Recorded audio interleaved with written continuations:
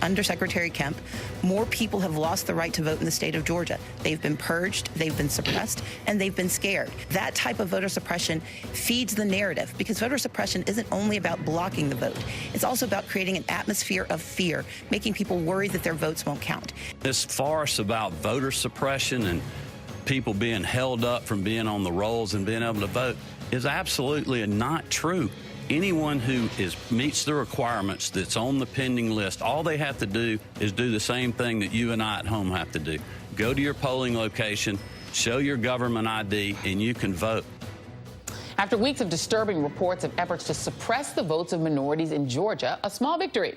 A federal judge issued an order on Thursday stopping election officials from rejecting absentee ballots due to signatures not exactly matching those already on file. Brian Kemp, the Secretary of State and the Republican candidate for governor, plans to appeal, of course. Still, some issues remain. The New York Times reports that more than 4,000 vote-by-mail applications went missing in DeKalb County, one of Georgia's most populous counties. The Georgia NAACP filed complaints over some voting machines incorrectly registering votes. And at a campaign event, Brian Kemp expressed a really weird kind of concern about Stacey Abrams' voter turnout operation, given that he is the state's highest election official and all. As worried as we were going into the start of early voting with the literally tens of millions of dollars that they are putting behind to get out the vote efforts for their base, a lot of that with absentee ballot requests. They have just an unprecedented number of that, which is something that continues to concern us, especially if everybody uses and exercises their right to vote, which they absolutely can, and mails those ballots in. We got to have heavy turnout to offset that. The risk that people might use their right to vote. Joining me now, Jonathan Capehart, Washington Post opinion columnist and host of WNYC's America on the Line. Jason Johnson, politics editor at TheRoot.com, and Latosha Brown, co-founder of Black Votes Matter. Latosha, I want to play for you Stacey Abrams. This was an event in Riverdale, Georgia on Saturday, encouraging people to vote early. Take a listen. Get out there and cast your ballots, because we have an architect of voter suppression who doesn't want your voice to be heard. In fact, he said it himself. He said he is concerned that if everyone eligible to vote in Georgia does so, he will lose this election. Let's prove him right. So say it with me. Say vote early.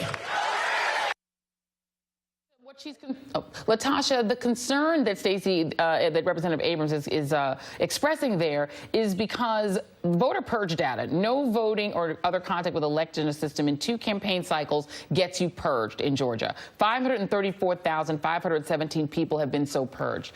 Those who are registered as deceased, 64,000. Duplicate names, 36,000. People who have a felony, 14,000. And those claimed to have moved out of state, 11,631. There's some evidence, Greg Palast has been doing a lot of work on this, that a lot of people that are being purged and said that they shouldn't be on the rolls anymore actually should be, never moved, but were said to have moved. How concerned are people that you're talking with on the ground, and are people responding to that concern by voting early? Absolutely. You know, it is, the evidence is there. People are being kicked off the rolls. We know from 2012 to 2016, 1.5 voters were kicked off the rolls. Here it is, the highest election, the election official in the state is actually creating processes to actually exclude people. So people know that. People are hearing it. People are experiencing it. And what is happening, there's a lot of energy on the ground. What you heard in the clip, and Stacey Abrams, you heard that crowd. We're seeing that everywhere we go. Even today at Souls of the Polls, there are hundreds of people throughout the city that are actually going to vote.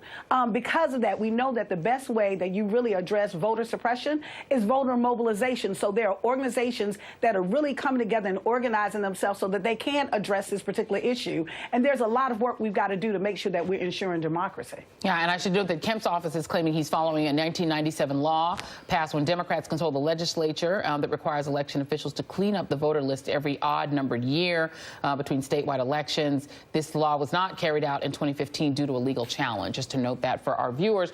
Jason, there's a lot of strange things going on. There's this massive voter purge that Kemp, who has a self-interest in doing so, let's be blunt, in purging the rolls, is conducting. There's also this issue of race that is unfortunately cropping up in a lot of these races. Right. The Root wrote a piece about Brian Kemp posing for a photo. Let's show the photo with an anti-Muslim extremist named James Stachowiak. he's actually wearing a T-shirt that says Allah is not God, which I don't know if he understands that means God is not God. Yeah. So I don't know, maybe he didn't know that that's what it meant.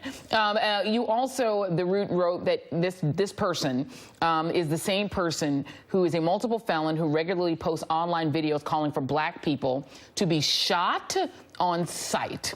We asked the Kemp campaign for a comment. This is what we got. Brian Kemp takes hundreds of photos a day while traveling the state. It's ridiculous to think that he should be held responsible for the beliefs of every person who wants to snap a picture with him. Brian Kemp stands against hatred. He believes we should treat all people with respect. Maybe he didn't see the T-shirt when he walked up to him and the T-shirt said Allah is not God, but, you know, you never know. Your thoughts? Yeah, Joy. So clearly he stands with hatred. He stands very comfortably with it. In fact, he takes selfies with hatred.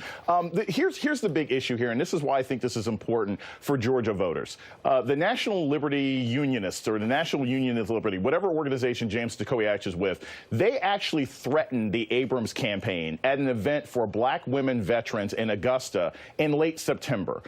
This man has made it clear that he is a terrorist wannabe. He has talked about direct violence. He has talked about revolution. He takes videos talking about how to shoot black people. And so for Brian Kemp's campaign to take a picture with this guy and then not condemn his behavior, it's ridiculous to say, well, I stand against hatred. You had no problem with the T-shirt. You had no problem with the fact that this man has threatened your opponent. This is a danger to everyone in the state of Georgia. This is not just about health care anymore. This is not just about October surprises. This is about the idea that you cannot have the leader of your state be someone who plays footsie with terrorists. We have seen this week that this kind of language, this kind of tacit encouragement endangers all Americans. I think everybody in Georgia should be concerned about somebody who would take this kind of photo, smile about it, and then claim, well, I didn't really know who he was, even though he was wearing a bad T-shirt. Yeah, I mean, you know, Jonathan, this is not a theme show, but I feel like there's a theme, right? Because we talked earlier about the extremist violence that we see plaguing the country, which we saw 3 examples of this week. You now have, you know, Brian Kemp posing with this man and saying, I didn't know who he was. He just had on a shirt that said God is not God. I don't know.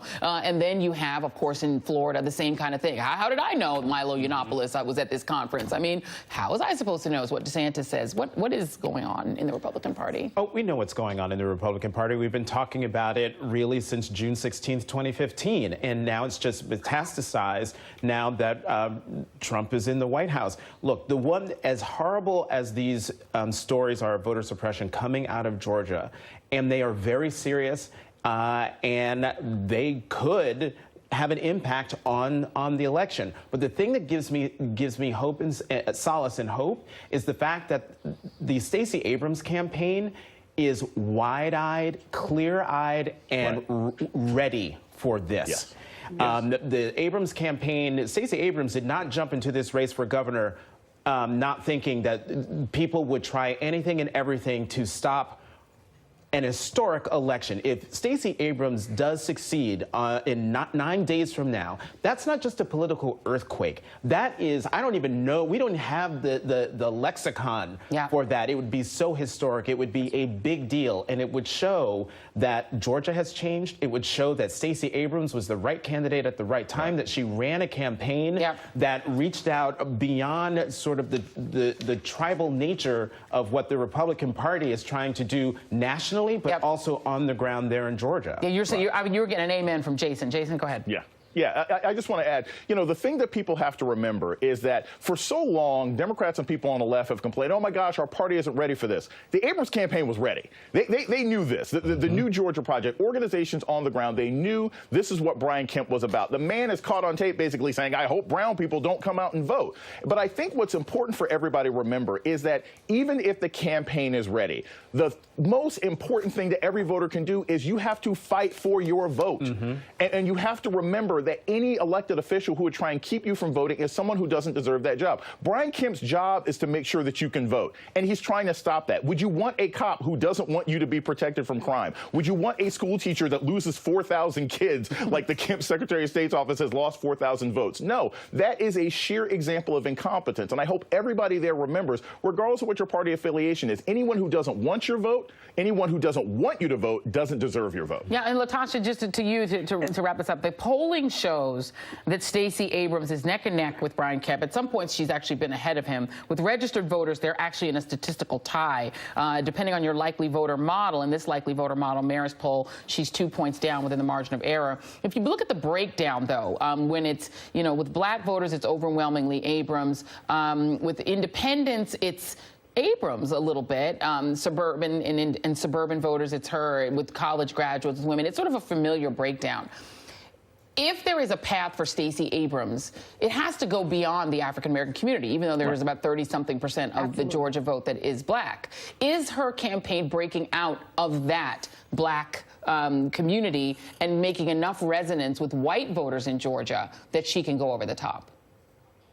Absolutely. If you look at if you look at her numbers from the primary, what she was able to do is not just only mobilize black voters, but she was able to mobilize white voters as well and progressive voters. I think another element that will make a difference in this election as well is rural voters. You've got a candidate now who's actually reached out to the black belt of Georgia that normally in a gubernatorial election, there's this focus kind of on centering the campaign on Metro Atlanta. But what you see in the Abrams campaign is that you actually see this effort to reach out to the rural communities as well. And you see this broad-based alliance from the LGBTQ community. She has a lot of strong support there, and independents and millennials as well. So what I think we're going to see is I think this is all going to be an issue around turnout. Yeah, absolutely. It's going to be turnout, turnout, turnout. This could be an historic night. Turnout. 9 days from now. It's going to be a historic. Absolutely. Jonathan will be back with us. Jason Johnson, Latosha, can't stop, won't stop, Brown. Every time I see you, I think can't stop, won't stop. Yes, thank you very much. More Joy next.